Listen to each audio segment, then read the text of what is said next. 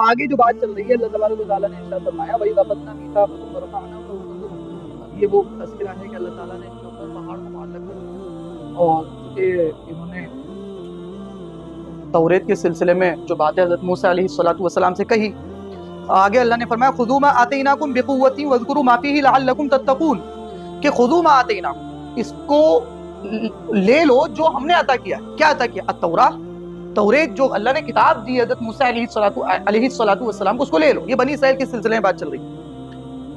بِقُوَّةٍ، مضبوطی کے ساتھ میں پکڑ لو۔ وَاذْكُرُوا مَا فِيهِ، مطلب وَعْمَلُوا، یعنی اس پر عمل کرو۔ وَاذْكُرُوا مَا فِيهِ، یہاں پر جو اذکروا آیا ہے یہ عملو کے معنی میں ہے،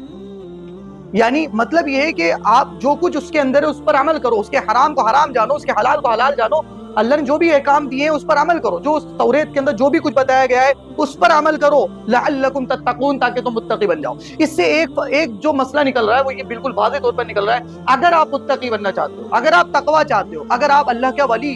بننا چاہتے ہو، اگر آپ نیک بننا چاہتے ہو، تو آپ کا انسلاک، آپ کا جڑاؤ، آپ کا تعلق اللہ کی آسمانی کتاب کے ساتھ میں ہونا چاہیے۔ یہ فلاں بزرگ کی کتاب ہے، یہ فلاں کی کتاب ہے، وہ فلاں کی کتاب ہے، بزرگ نیک ہوتے ہیں، ہم کسی کی شان میں گستاخی نہیں کر رہے۔ اگر کوئی بزرگ نے نصیحت کی باتیں لکھی ہیں اچھی چیزوں سے ایکسیپٹ کیا جائے، لیکن ساری باتیں اس میں کہانی قصے سب کو ایکسیپٹ کر لیا جائے، ایسا بھی نہیں چلے گا۔ اور دوسری بات یہ ہے کہ بھلے ہی کتنی نصیحت کی باتیں ہوں، لیکن سب سے بڑا درجہ قرآن کا ہے۔ اگر تقوی اختیار کرنا چاہتے ہو تو قرآن سے جڑنا پڑے گا، اللہ کی کتاب سے جڑنا پڑے گا۔ یہودی اس دور کے اندر جو تھے ان سے کہا جا رہا ہے لعلکم تتقون، اگر ان میں تقوی پیدا ہوگا توریت سے جڑنے سے، اس وقت آج کے دور کے یہودی کے اندر تقوی پیدا ہوگا